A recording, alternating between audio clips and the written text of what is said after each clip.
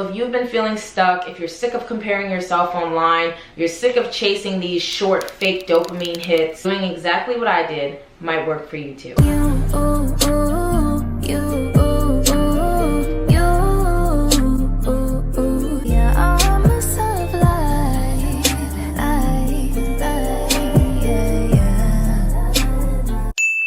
Hi you guys, welcome back to the channel. It's been 8 months. It's not been 8 months. Yeah, the last time you guys see me was for New Year's. The truth is, after 3 years of creating this channel, 5 years later, and only having about 1,000 subscribers, and it's been 10 years since we've been on YouTube, it's a bit discouraging. Nothing feels worse than editing for hours on end and your video barely cracks 300 views. And even though we have a very strong fan base, those numbers get to you. When I see other creators who are my age or having a channel as long as I have, and they're blowing up and they're getting all these sponsorships and these brand deals and these brand trips and these PR packages, it makes me feel like, girl, this ain't in the cards for you. You ought to call it quits and go find something else to do. But I genuinely enjoy making content. So much has been going on in the last few months. I have videos from years ago and I was like, our supporters do not want to see in October of 2025 something that happened way back in June of 2023. I tend to get stuck in this comparison, and that's honestly the human in me. I get into this perfectionist mindset. I just kept scrapping everything. In feeling that negative, I started trying to distract myself by going online and scrolling, shopping, trying to substitute what I was feeling with these small dopamine hits, and y'all, it literally consumed me. And I'm not gonna say all the content I consume is brain rot at all. Majority of the content is very motivational, inspirational, uplifting, but I take these videos, I save them, I jot them down, I put them in my notes, I download them to my saved photos. Even though for a brief amount of time it's giving me this inspiration and every desire to grow and like I'm coming back, the feeling was fleeting. If I was gonna post something and it wasn't gonna be perfect, or if it wasn't gonna get a certain amount of outreach, which I was feeling like I know it's not, why would I post it? I want more. I eventually sunk back down, and I was distracting myself by keeping my brain busy thinking that that was going to make me less depressed. But because I wasn't facing those emotions and what I was feeling head on, I was getting more depressed. And then I would substitute that and be like, okay, let me buy something. I was just putting a band-aid over a bigger issue. When I tell you guys, my credit card debt has not been that high in such a long time. My credit score was plummeting. The amount of packages that I was ordering that I would forget about once I took it out of the box and hung it in my closet. And honestly, sometimes it didn't even take that. It would arrive on my doorstep and I'm like, what did I order? I was using all these things to just distract me. And I know this is gonna sound so lame. I realized that my worth can't be tied to numbers that I see on the screen. That doesn't equate to me not being good enough or interesting enough or pretty enough. So instead of completely giving up, I redirected the entire trajectory of my life because I was like, something has to give and life is just passing me by. Because the way I was living my life was not gonna ever inspire some creative action from me, even though I was trying to convince myself that it was, and you might be feeling the same way. I had to take some pretty drastic measures in order to fix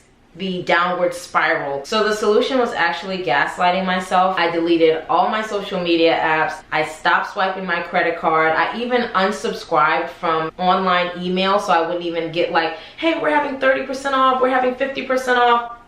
And I started actually living in the moment. I was living my David Goggins life, okay? I went from feeling so empty to gaslighting myself into loving this sort of boring, stay-at-home lifestyle, and it completely changed me. So if you've been feeling stuck, if you're sick of comparing yourself online, you're sick of chasing these short fake dopamine hits, doing exactly what I did might work for you too. Social media is becoming a huge part of all of our lives. Not only can it be very overwhelming to constantly scroll on this never-ending almost movie of social media and see natural disasters, world wars, political uproar, humanitarian crisis, economic crisis, environmental crisis. It's like, that's one aspect of social media, right? But you also have this other aspect where the algorithm is always constantly trying to sell you something and tell you that you're not enough unless you have this product. And if you've ever felt more depressed, more stressed out, uglier, poorer, or like you're falling behind in life the more you scroll, same.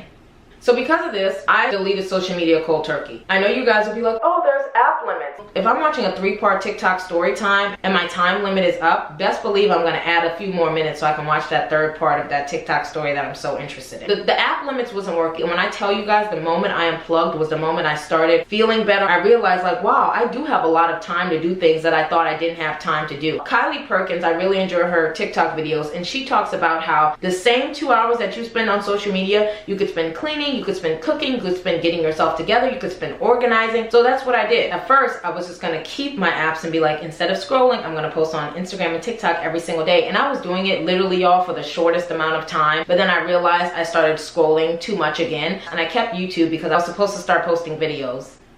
I also deleted my shopping apps, and that includes Amazon and Etsy. I had to let it go. Go back, see everything that you've been spending money on. You can download Rocket Money, not sponsored. I would definitely recommend jotting down all of your monthly bills. Check your subscriptions tab and your settings to make sure you're not paying for apps that you have not used in forever. The amount of unnecessary spending I do just because I have the app in hand, just because TikTok Shop lets you use Apple Pay with one little click, PayPal lets you do the pay in 4. Insane. If you're a shopaholic like I was, I would definitely recommend seeing an item that you like, saving it to the bag as if you're gonna buy it, and giving it 24 hours. And if you still want that thing in 24 hours when you come back, which most of the time you do not, you'll be like so glad that you didn't buy it. Not just that, but even seeing outside my packages going from 3 or 4 packages a day all the way down to 0, it reinforces this sense of self-control and discipline that I had now that I completely gotten rid of everything. Like, wow, I'm not overworking the Amazon employees and causing environmental duress. I had to delete that because I was making so many things in life my idols. Money, the gym, consuming more social media than I was creating, and shopping. None of those things are going to propel me toward my goals. I have so many goals that I want to reach in 2026. Hell, I had so many goals that I wanted to reach by the end of this year. I've procrastinated. The year has been passing and I've been like this. So we've quit everything cold turkey. Now what? This generation is so obsessed with overconsumption. It's quite literally sickening. So because of that, I joined the Project Pan movement. And Project Pan is pretty much like, say you run out of your Rihanna Fenty body butter and you're like, oh my God, I really need new lotion. The truth is you want to replace your Rihanna Fenty body butter, but you probably have 3 or 4 more lotions in your cabinet. Project Pan says use all those other lotions in your cabinet before you even think about buying another Rihanna Fenty butter drop. That was my version of stop shopping. Majority of us don't need any new anything. I know for a fact I don't. I even stopped getting my nails done.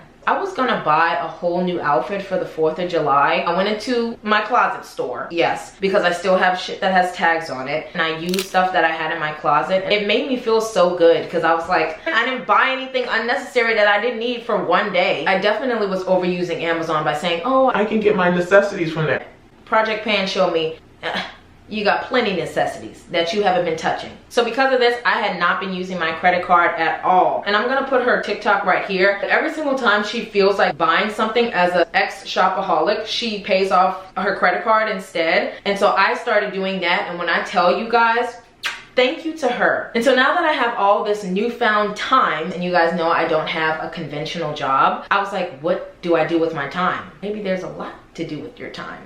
Y'all, I was rewatching shows that I've seen before. How is rewatching those shows gonna get me any closer to my goals? I'm talking to both of us. I had time to scroll and binge watch shows and shop and open packages and do all this BS, but I was trying to convince myself I didn't have enough time to make YouTube videos. I didn't have enough time to edit. I didn't have enough time to take care of myself and my home and cook. And that's exactly what I started doing. I do wanna briefly address that I did mention one of my idols had become the gym. Our gym videos are our most popular videos on our channel. I loved filming gym content. It was me and I's thing that we could agree on that we really love. I'm more like a gym makeup hair girly. She's more like a gym travel fashion girly. I went to the gym 5 to 6 days a week for 45 minutes to an hour at a time. I had a trainer. I showed you guys a bunch of videos of me at the gym, killing it, loving it, my gains, what I was eating, what I was lifting, my body progress. It did wonders for my mental health, my accountability, my motivation, and showing up for myself every day. But the gym had become such an idol for me in the way that it triggered this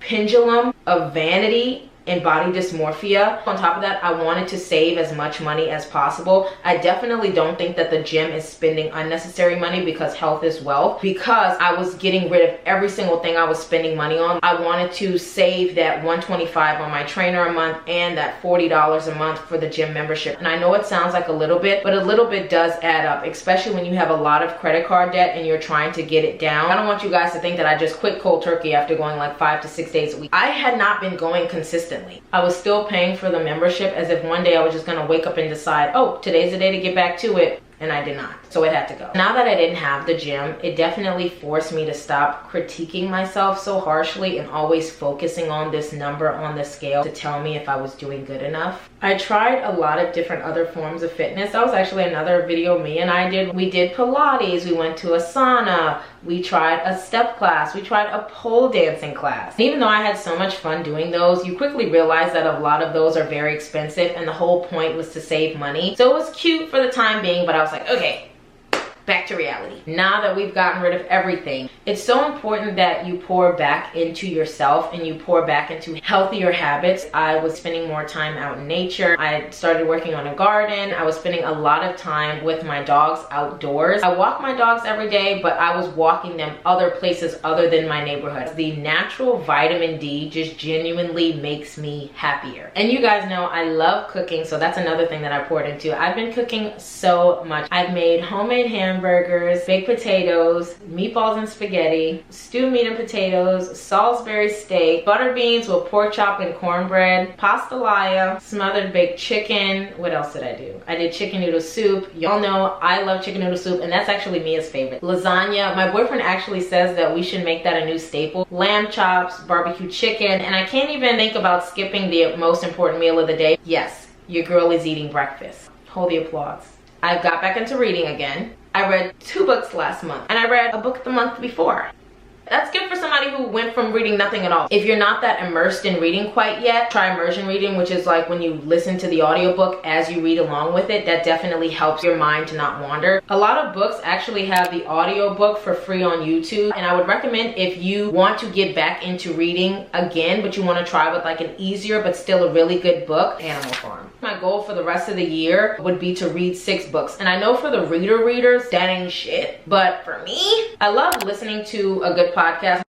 So even though these healthy habits are amazing, you know, you want to try new recipes, read books, and get outside and touch grass, there's also things that you need to do, right? Like cleaning your house. I have a whiteboard in my hallway. Even if you just use like a notebook, jot out all the things that you need to do around your house. So one afternoon, me and my boyfriend spent just the entire afternoon building furniture. That's my personal favorite, obviously. We changed light bulbs, filters, we were hanging curtains. Well, really, he was doing all this. I was just, you know, fixing the things around the house that was broken. And when you start doing things around your house with these newfound hours that you just think that I don't have time to do this, and then you took the time that you didn't have to take care of things that need to be done, like cleaning, your house is going to be spick and span and spotless. Thank me later. Actually, a part of my morning routine is cleaning. When I wake up in the morning and I do laundry, I do dishes, I let my Roomba run around, I organize. I've even gone as far as to not contacting my housekeeper for the last 5 months now to challenge myself to do tasks that I typically hate and I reserve for her and her team. And through doing it myself, I realized that it's really not that bad. And at the end of the day, it is my house. I'm very blessed to have this house, so I need to be equally as blessed to clean it. And it's not like I have this very demanding, busy life that I can't clean my own house. I'm sitting on TikTok scrolling. I even started going to church. So for a while, my best friend and I were looking for a church to attend. Now that I'm older, I wanted to find a church home for myself. We actually started going to a church that she used to go to. It is quite a bit of a distance, but I really enjoy the church. There's a lot of young people. We've been going to that church for a couple of months. We even did community service with the church. We helped out at a school by repainting parts of the outside. Sometimes the pastor isn't always at his church. He has multiple churches. So when he's not there, I do like to watch Pastor Stephen Furtick, of course. And my favorite pastor at the moment is Pastor Robert Madu at the Social Dallas. I would really, really like to see his sermon in person. I love a pastor that's not just going to give me a cotton candy sermon. Like, get down to the nitty gritty. I want the steak and potatoes. I want you to hurt my feelings. I want to feel my life changed. So no matter what, I have no excuse because they do live services every single Sunday. And on top of that, every single day I've been doing my devotional. I'll put my books up here. They're in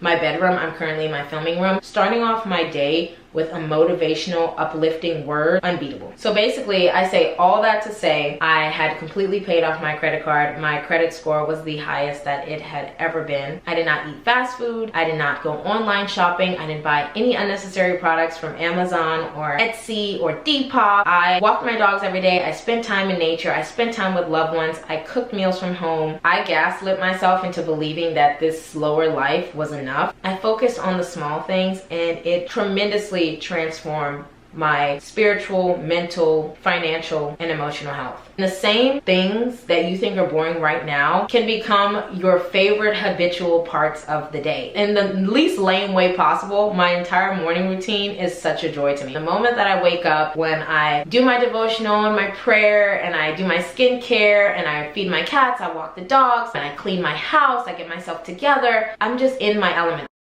Look, I don't know if this video is gonna go viral. It might hit 300 views. It might not. That's okay. But if you're still watching, maybe you needed to hear this. You don't have to keep spiraling. You can rewire your brain. But let me know if this video resonated with you. Let me know things that you are struggling with. Be sure to like, comment, share, and subscribe, and join this beautiful, marvelous, magnificent, wonderful family, or whatever we are here on this channel, shared by me and my twin sister, Mia. Thank you guys so much for watching, and until next time, love you guys. Bye. See my gypsy girl, she's something to myself. She wants to see wonder. She had me, yeah, man. That's what me say.